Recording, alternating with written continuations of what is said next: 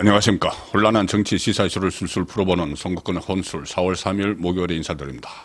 자, 이제 하루 남았습니다. 윤석열 대통령 내일 오전 11시 헌법재판소에서 탄핵 선고가 내려지죠. 인용이냐 기각이냐 각하냐 여러 가지 시나리오들이 무성합니다.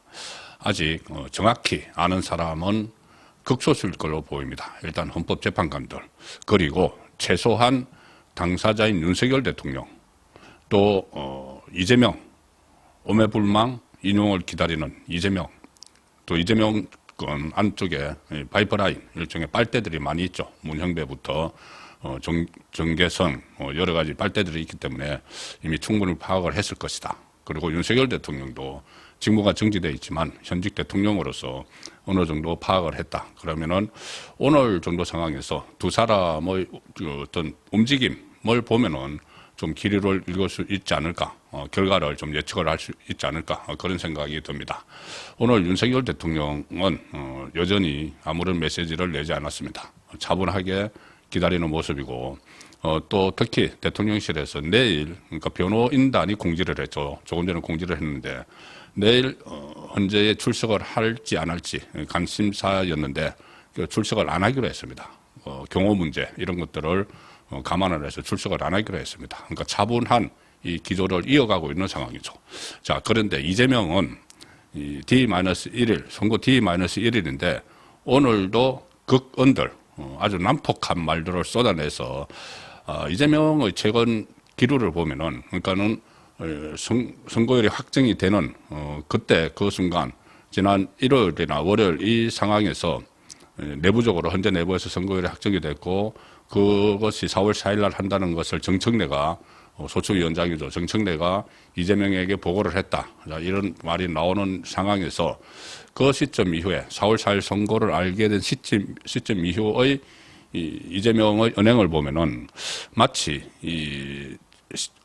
어떤 플랜 B, 자기 나름대로 플랜 B를 모색하고 있는 것 아닌가 하는 생각이 듭니다. 뭐냐면은 이번에 윤석열 대통령에 대한 파면이 어렵다는 것을 직감을 하고 2차 행동에 나서기로 한 것 아닌가. 그것은 바로 물리적인 이 정권 퇴진 운동이죠.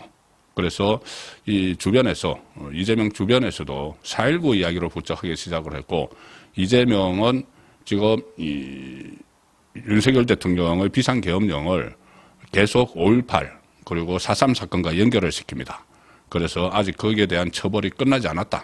그러므로 윤석열 대통령이 파면이 안 되면은, 인용이 안 되면은 제2차 행동에 나서야 된다. 자, 그런 말을 계속 하고 있습니다. 이것도 어떻게 보면은 이재명의 태도에서 내일 선거 결과를 예상을 해볼 수도 있습니다.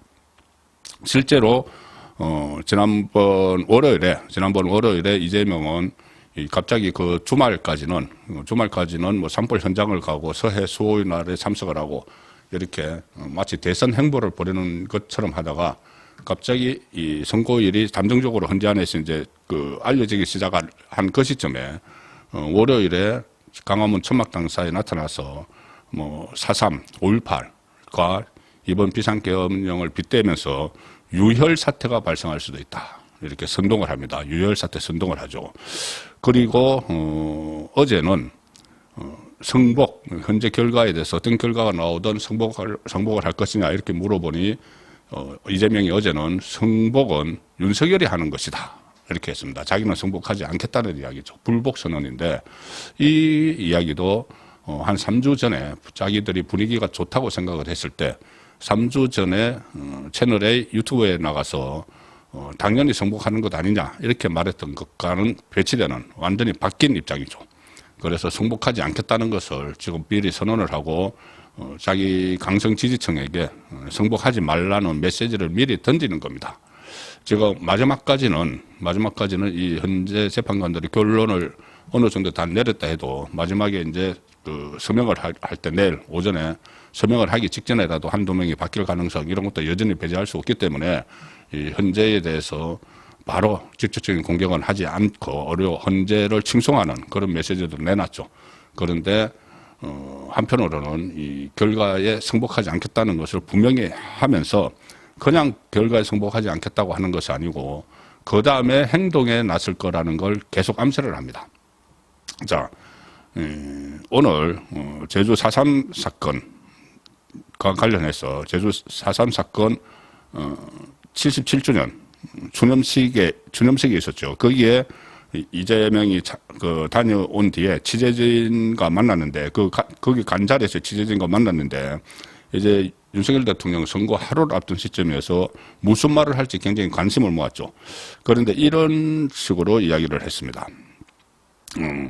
제주 4.3 사건하고 이번 비상계엄 사태를 서로 연결을 지으면서 국가폭력, 이렇게 국가폭력으로 규정을 합니다. 이 비상계엄령을. 국가폭력은 어떤 경우에도 용서될 수 없다. 자, 그래서 어떤 경우에도 용서될 수 없다. 그래서 선거에서 인용이 되지 않으면은, 내일 인용이 되지 않으면은, 끝까지 가겠다는 것을 은연중 내비쳤습니다. 이렇게 이야기합니다. 제주 4.3 계엄, 4.3 계엄이라고 또 표현을 합니다. 이번 계엄하고 연결시키기 위해서.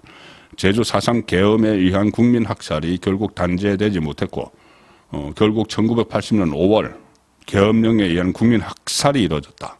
5.18 다시 연결을 시키죠. 4.3, 5.18 이번 계엄령을 그냥 연결시키는 겁니다. 그리고 그에 대한 책임을 완벽하게 묻지 못했기 때문에 오늘날 다시 계엄령에 의한 국민 학살이 이루어졌다. 오늘날 다시 계엄에 의한 군정을 꿈꾸는 황당무계한 일이 벌어졌다. 5.18 때 국민 학살이 이루어졌는데 거기에 대한 책임을 완벽하게 물으셔야 되는데 완벽하게 묻지 못했기 때문에 오늘날 다시 계엄에 의한 군정을 꿈꾸는 황당무계한 일이 벌어졌다. 군정을 꿈꿨다. 군정을 꿈꿨다. 민간 출신 대통령이 군정을 꿈꿨다. 그러므로 계속 저항을 하고 투쟁을 하고 퇴진운동을 벌여야 된다. 이 이야기입니다. 5.18 책임을 완벽하게 묻지 못했는지, 자, 여러 가지 이 조치들이 있었죠. 5.18 특별법에 의해서. 어쨌든, 그렇게 했기 때문에, 다시 이번, 또 비상계엄이 일어났다. 그러므로 다시는 이런 것이 일어나지 못하도록 철저히 완벽하게 단죄를 해야 된다. 단죄를 하는 건데, 이게 그냥, 만약에 이번에 파면되지 않으면은 끝까지 해서 단죄를 해야 된다. 이것은 곧 물리적인 정권 퇴진 운동에 돌입하겠다. 이 자락갈기라고 보이는 것이죠. 이재명은 또 이런 말도 했습니다. 윤석열 대통령을 직접 겨냥해서 자, 이게 이런 무책임한 말을 또 했는데 막 내뱉는 겁니다. 이제 지지층 선동하기 위해서. 윤석열 대통령이 벌인 이 친위 군사 쿠데타 계획에는 약 5천 명에서 1만 명의 국민 학살 계획이 있었다. 5천 명에서 1만 명 국민 학살 계획이 있었다. 밑도 끝도 없이 그전에 무슨 그런 좌파에서 주장을 한 적이 있죠. 영현백 그러니까는 전사자들 이렇게 이동을 하는데 그 영현백을 3,000개를 주문을 했다. 그런데 그것은 그 전부터 합참에서 이제 계획대로 훈련용으로 대비를 한 것이라는 것이 밝혀졌는데도 5천 명에서 1만 명의 국민 학살 계획이 있었다. 그래서 수천 명의 국민을 말살하려 했다. 명예와 권력을, 자기 명예와 권력을 위해서 하잘것없는 명예와 권력을 위해서 수천 명의 군중을 말살하려 했다. 이런 이야기가 합니다. 수천 명의 군중을 말살하려 했다. 그래서 이미 벌어진 일에 대한 충분한 진상규명, 책임규명을 다하지 않았기에 이런 상황이 재발한 것이다. 이런 식으로 계속 이야기를 하는 것이 결국은 물리적인 정권 퇴진운동 돌입, 자락각이고 최근에 그 주변에서 백혜련 같은 경우에 제2의 4.19가 벌어질 것이다 하는 것도 지금 4.19는 사실상 물리적 정권 퇴진운동에 성공한 유일한 사례로 남아있죠. 그래서 그러니까 군중을 동원한 물리적 정권 퇴진운동의 유일한 성공 사례로 남아있는 겁니다. 그래서 그 4.19를 제2의 4.19 이런 이제 또 나중에 캠페인을 벌이기 위한 자락을 깔고 있던 것 아니냐는 의구심을 떨칠 수가 없죠. 그리고 이것은 거꾸로 생각을 하면은 제가 모두에 말씀드렸다시피 이재명은 이미 결과를 알고 있다. 그런데 그 결과가 본인이 원하는 바대로 나오지 않을 것이 느껴졌기 때문에 계속 제2차 행동, 나서야 한다는 이런 강한 메시지를 지지층에게 막 발신을 하고 있는 단계다. 고 보입니다. 그러면은 내일 실제로 윤석열 대통령이 직무에 복귀를 하게 되면은 또 다른 이재명 리스크에 또 휘말릴 수가 있는데, 이재명에 대한 지금 단죄는 사법부에서 빨리빨리 처리를 해야죠.